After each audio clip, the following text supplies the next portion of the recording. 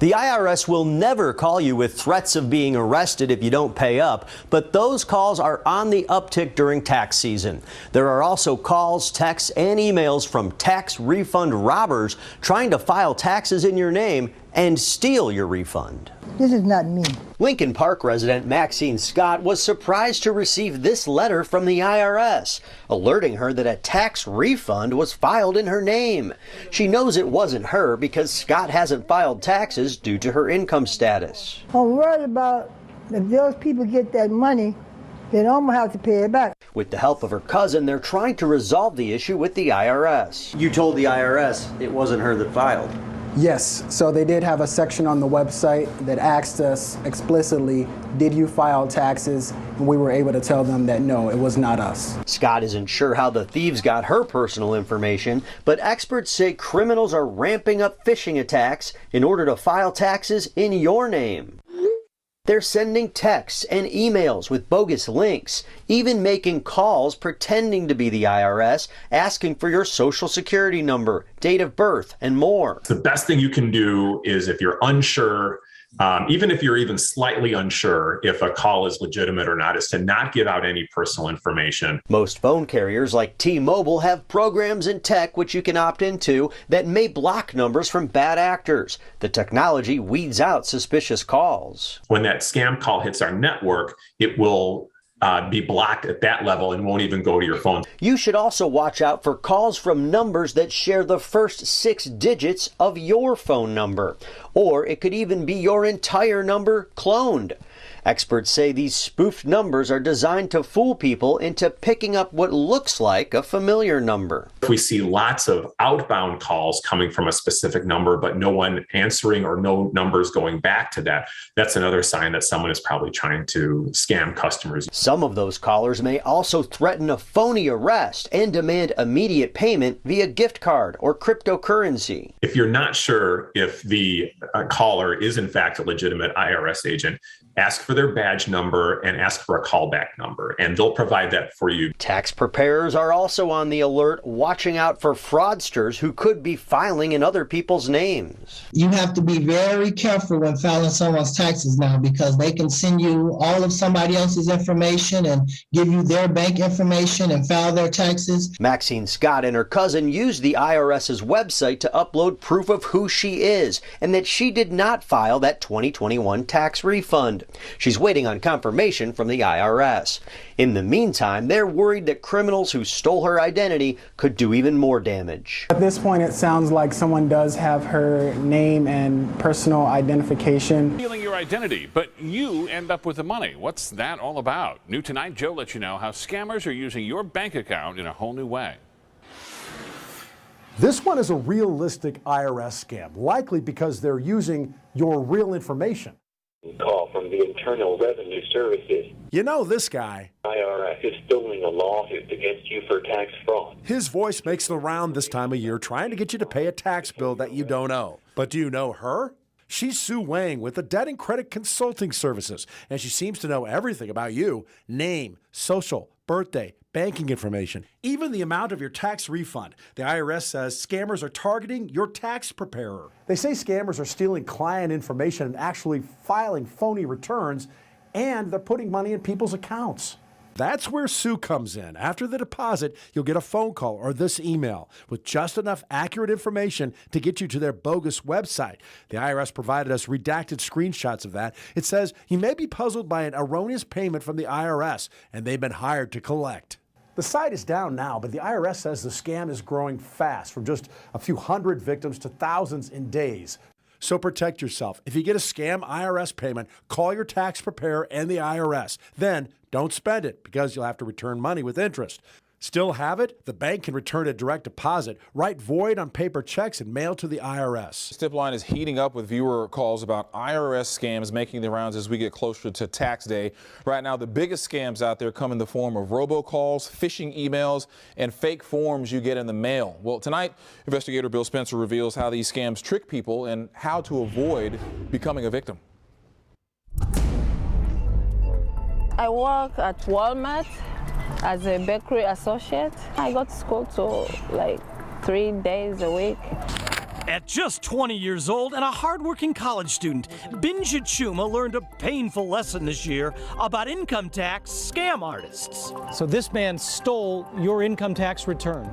He took my entire tax refund, $6,205. Claiming to be a professional tax preparer with hundreds of clients, Binja paid this man $600 to do her taxes.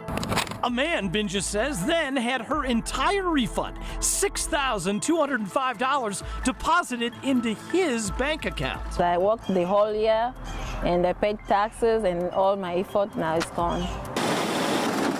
Right now, the IRS says income tax scams are exploding. Scammers making off with more than $3 billion in 2014. And last year, the IRS reports a 400% surge in phishing and computer malware scams. So they make these robocalls and say that if you don't pay the IRS immediately a certain sum of money, they will come out to arrest you. Veteran tax preparer Bob Martin says the latest scam involves fake phone calls claiming you owe the IRS delinquent tax payments, threatening calls that sound completely legitimate. This call is officially a final notice from IRS. Bob says the IRS doesn't make threatening calls and would never demand you send money anywhere over the phone. Some of these, they'll say the local sheriff is coming out, the local police will come out, and then they want you to send the money by wire or by Western Union, use credit cards. Another big one, the fake email scam.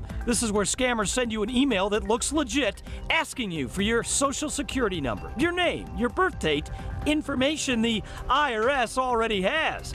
And there's usually a link to click on. If you get any email that looks suspicious from the IRS, delete it immediately.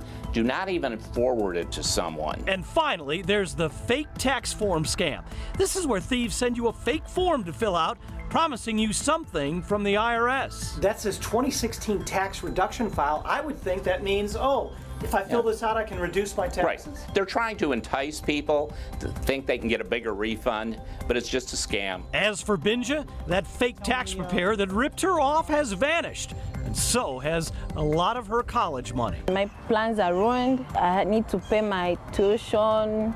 When I think of all of that, I feel like crying. Now, there are ways to protect yourself from these scam artists. Number one, file your taxes early before the scamsters can. Number two, remember the IRS will never contact you by email or phone. They always contact you through the mail. Number three, never agree to pay anything related to the IRS with a credit card, a debit card, or any other method over the phone. And four, if you have questions about anything you receive from the IRS, call a licensed tax professional. Tax season is here, and it's underway, and so are some people's efforts to scam you out of your money. So today our money expert is sharing tips to avoid tax scams. We've got Dustin Smith from Wealth Enhancement Group with us. Hey, Dustin. Hello and good morning. Good morning. Some of these can get pretty sophisticated, and even when you say, oh, I'm not going to fall for that, yeah, a lot of us do. Yes, absolutely. Yeah. So today we're going to talk a little bit about how to spot some of those tax schemes, actually talk about what they're trying to do, and then maybe how to actually protect yourself as well. Walk us through some of the most common tax scams that people pretty much know, like when you can identify easily. Yeah, well, unfortunately, they're not too easy to identify. But one often thing that we're seeing right now is that people will receive phone calls from people acting as though that they are the IRS. So, for example, they might say, hey, Heather, this is Bob from the IRS. I'm giving you a call because, there's some unpaid bills here and we want to take care of them. But before we do so, I just need to verify your ID. Can you confirm your social security number? Whoa. Couple red flags there. Red flags there. You're right. And so what these people are trying to do is they're trying to get a hold of your social security information, because once they have that, they're able to then actually file a fake tax return, right? Mm-hmm. So it might be going, why would they do this? Well, they're trying to get your refund. So, for example, they may use your social security number. They maybe have hacked into your payroll system at work. And especially early on in the tax season, they will file a tax return, get your refund, and off they go. And Dustin, It's really important to note, too, that the IRS, they won't contact you over the phone, right? They only email you, or through the mail, I should say, through the mail. Correct. Just like I was saying earlier. So if someone calls you up and they act like they're the IRS and they want you to confirm your social security number, it's not the IRS. Yep. Okay. Mm-hmm. So first and foremost, they will never call you out of the blue. It'll always be a letter first, right? So look out for any emails or phone calls from people acting as though they are the IRS, or they're trying to get your information, because once again, they're trying to file a fake tax return to get your refund. Where does AI play into this? Yeah, so AI can play into this because, well, in a lot of ways, they can use voiceovers, right, to act as though, use a different voice, right? Oh. So if it's someone from a foreign country or something along those lines, right, they may be able to just type in the words that they want to use in order to act as though, there's someone from America. There's lots of other ways that they can do it, especially when they can just broadly send out emails and other scams to millions of people at once, right? So technology can spread really, really quickly. If you feel like you've become a victim of this, are there things that you can do to protect yourself? Yeah, so one of the things that people may want to look into is getting what they call an IP PIN. So this is Identity Protection PIN. This is through the IRS. And think about it as it's a separate number that's necessary to file your tax returns. You just can't file your tax return with the Social Security number. You would actually need that number as well. So you can go out to the IRS website and you can actually apply for one of these PINs. And that PIN is renewed every single year, right? So this way, if someone hacks into your system or talks you into giving you their Social Security number, they won't be able to file. Right here in Chicago, tax refunds are being stolen. Nationally, it adds up to $5.8 billion paid out last year in fraudulent tax refunds to apparent identity thieves. So what's being done to catch it before the money is doled out? To investigator Pam Zeckman is here with what needs to be done. Pam. Kate and Rob, a lot needs to be done, and no one knows that better than the growing number of honest taxpayers who found their returns rejected because someone else had already filed a return using their Social Security numbers. I was angry. Angry after his tax return was rejected by the IRS because of duplicate conditions. Those duplicate conditions were that not one, not two, but all three of my daughter's identities had been stolen, and they had been claimed as a dependent by others. To get his refund, Brynsma had to file an identity theft affidavit. You have to prove that you are the real taxpayer. Correct. And that your children are your children. Correct. Whoever this person or persons were, they filed ahead of us. So it's literally a first come, first serve thing, apparently. Anybody can claim anybody. The IRS says that in the last 4 years, it's implemented procedures that have caught 19 million suspicious tax returns and stopped scammers from collecting $68 billion in refunds. We have actually over 3,000 people that are dedicated just for ID theft. Using computer filters to catch anomalies before fraudulent refunds are paid. For example, the IRS sent an inquiry to Thomas Mueller, a joint filer for 32 years with his wife, about a tax return he had not filed with a woman he did not know. When you read that, I started shaking. So who's behind these refund thefts? Everything from international criminal gangs to street gangs in American cities, to just individual hackers. It probably starts with a data breach where fraudsters get your Social Security number. Some are so brazen they give out advice in chat rooms. File as many applications as you can. You should have an average refund. Stay to about $2,500, $3,000 per refund. Nobody will come looking for you. So for every effort that the IRS does to block the bogus refunds, the bad guys have figured it out. And the IRS can't keep up. Tom Mueller called the IRS 800 number 20 times a day for more information. You have reached the IRS Taxpayer Protection Hotline. To this date, I've never spoken to anybody from the IRS. The IRS admits its overloaded phone system hung up on 8 million taxpayers this year. Only 40% got through. There's no follow-through. They just leave you hanging. And I expect more from our federal government than that. The IRS commissioner blames $346 million in budget cuts for the lapses. That includes $200 million needed for advanced computer systems that could add new protections against refund identity theft. Those thefts that cost $5.8 billion last year. But Rob and Kate, that's going to take an act of Congress. So what's the honest taxpayer to do? How are they going to get their refund?